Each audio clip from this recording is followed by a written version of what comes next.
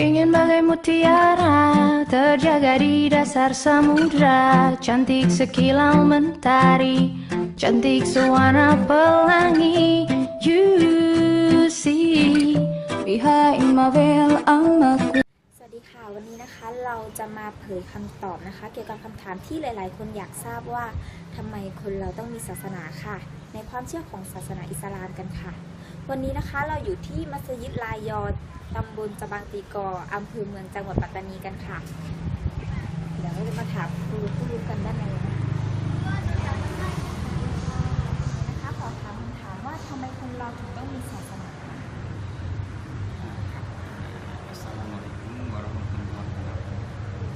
ศาสนานี้ก็เป็นสิ่งจำเป็นสำหรับทุกคนในโลกนี้ถ้ามนุษย์ไม่มีศาสนาแล้วก็คิดว่าโลกนี้คงวุ่นวายไปหมดเพราะว่าศาสนาทุกศาสนาก็คงจะสอนเป็นคนดีนั่นแหละแต่ในศาสนาของมุสลิมนี้ศาสนาอิสลามนี้เป็นศาสนาที่พระเจ้าทรงเป็นสิ่งที่เป็นศาสนาที่พระเจ้าทรงเลือกแล้วก็แต่แยกเป็นศาสนาอื่นมาใหม่หลังจากนั้นทีนี้ศาสนาอิสลามนี้เป็นศาสนาแห่งการดำเนินชีวิตที่ออกลายเป็นศาสนาแห่งการดำเนินชีวิตเพราะว่าในศาสนาอิสลามนี้มีทุกสิ่งทุกอย่างอยู่ในบันทึกของอัลกุรอานอัลกุรอานนี้ก็เป็นรัฐธรรมนูญของมุสลิมของอิสลามของศาสนาอิสลามซึ่งในอัลกุรอานนี้ก็บอกไว้หมดแล้วตั้งแต่อดีตปัจจุบันและก็อนาคตทีนี้การดำเนินชีวิตของมนุษย์แต่ละคนในศาสนาอิสลามต้องตามในบทบัญญัติของอัลกุรอานตั้งแต่ในอัลกุรอานนี้ก็บอกทั้งหมดตั้งแต่การดำเนินชีวิตทำไมผู้หญิงมุสลิมถึงต้องมีเมียด้วยคะมุสลิม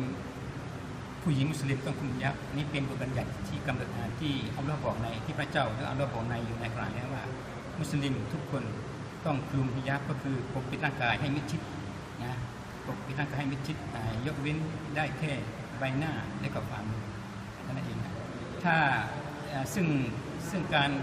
คลุมฮิญาบเพื่อปกปิดร่างกายนี้ก็เป็นสิ่งจำเป็นของมุสลิมเพราะว่าเมื่อเราปกปิดร่างกายแล้วจะทำให้เราปลอดภัยจากสิ่งที่ยั่วยุทั้งหลายนะเพราะว่าปัจจุบันนี้ผู้หญิงไม่ว่าศาสนาไหนนะการแต่งกายสำคัญนะครับสำคัญมากถ้าเราเปิดเผยสิ่งที่เรามีในร่างกายของผู้หญิงนะครับนะจะทำให้มันเกิดอะไรขึ้นเกิดอันตรายต่อตัวเราเองนะครับต่อตัวเองมากฉะนั้นก็คลุมฮิญาบหรือว่าปกปิดร่างกายเป็นสิ่งจำเป็นมากป้องกันอันตรายกับเรา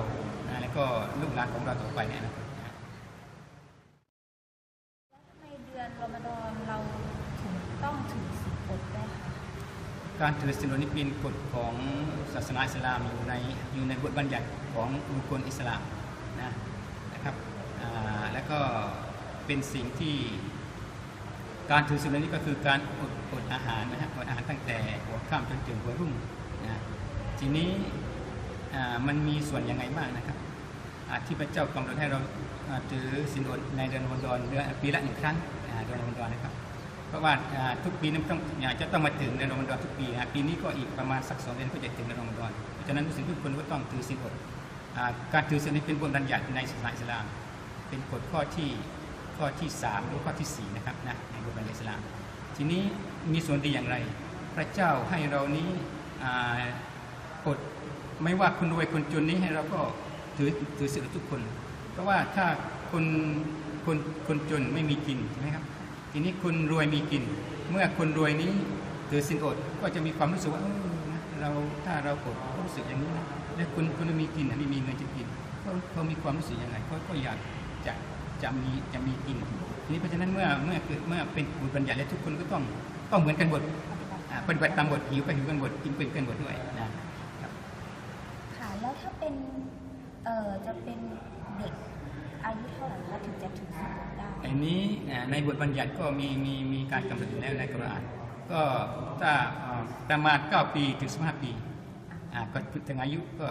ต้องเป็นสิ่งจำเป็นทุกคนที่จะต้องถือศีลอดแล้ว9 ปีถึง15 ปีหรือ15 ปีนะถ้าน้อยจากนั้นถ้าไม่ถึงก็ไม่เป็นแล้วก็ถ้าเด็กๆประมาณ7-8 ปีนั่นก็หัดไว้ก่อน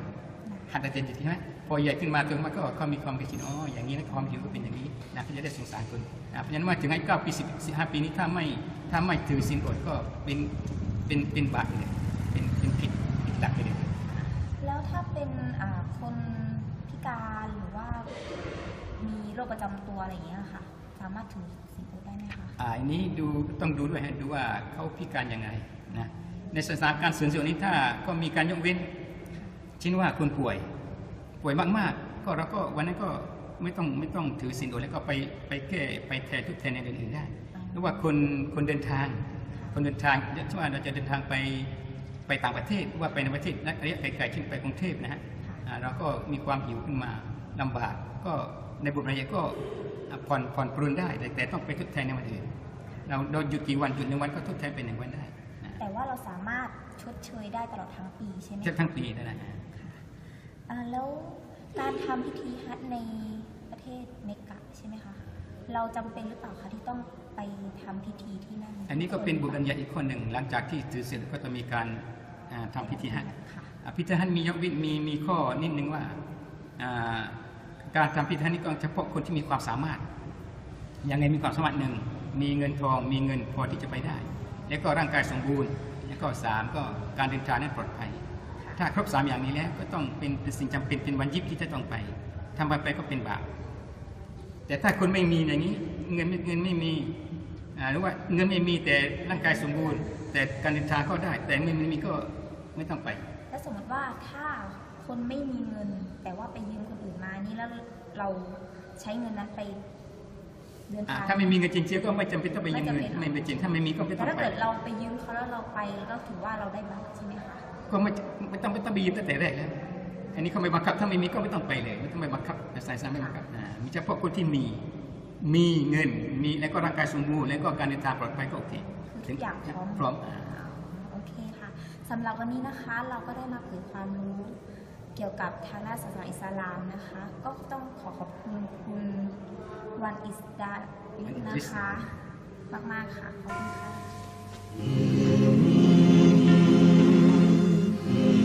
ศาสนาเกิดขึ้นได้คำว่าศาสนาเนี่ยต้องเอาตามความหมายก่อนศาสนาเนี่ยความหมายตามศัพท์มาถึงคำสั่งสอนเพราะฉะนั้นเกิดคำว่าศาสนาเนี่ยมันเกิดขึ้นมาเป็นคำที่เรามาใช้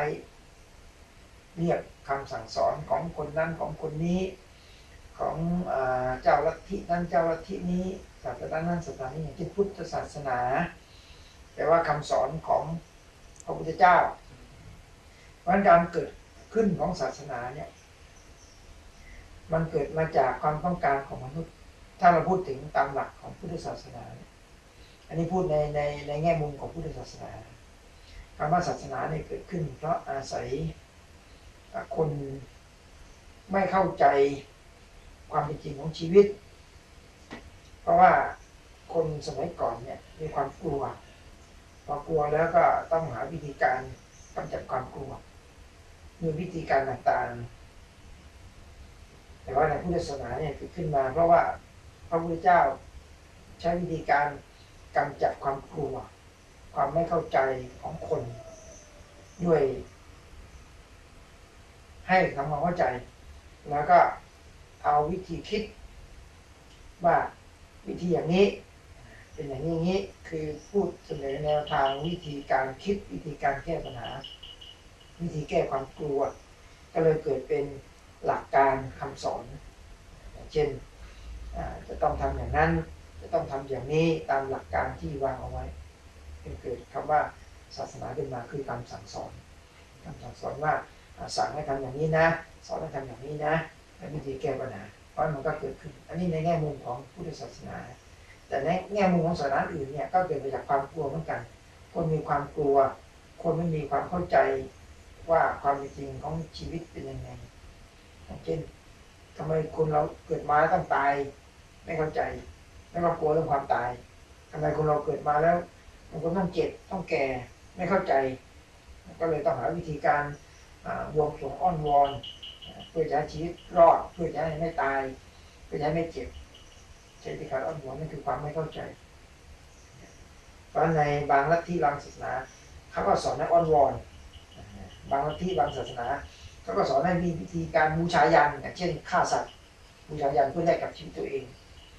แต่ว่าในพุทธศาสนาเนี่ยไม่ใช่พุทธศาสนาพระเจ้าท่านสอนให้เห็นความจริงของชีวิตของธรรมชาติว่ามันก็เป็นอย่างเนี้ยของมันเองอยู่ที่เราจะต้องฝึกจิตฝึกใจของเราให้รู้เท่าทันให้เข้มแข็งกับสิ่งเหล่านี้เพราะความแก่ความเจ็บความตายเป็นเรื่องของธรรมชาติแล้วก็ทุกอย่างวันนี้คือเรียกว่าศาสนา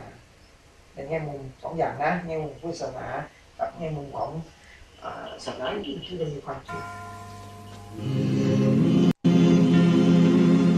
ศาสนาแต่ละศาสนานี่มีคำสอนหรือ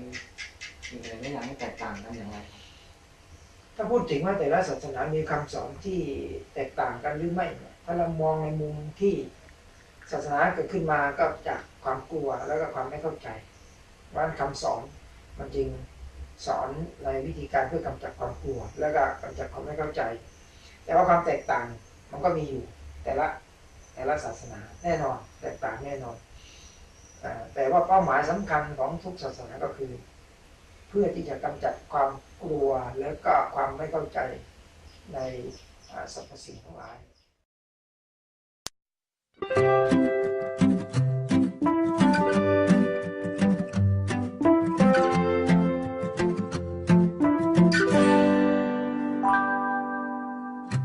Ku ingin bagai mutiara terjaga di dasar samudra, cantik sekilau mentari, cantik sewarna pelangi. You see, behind my veil I'm a queen. I have a beauty that nobody's seen. Luckily, precious I have been. You see,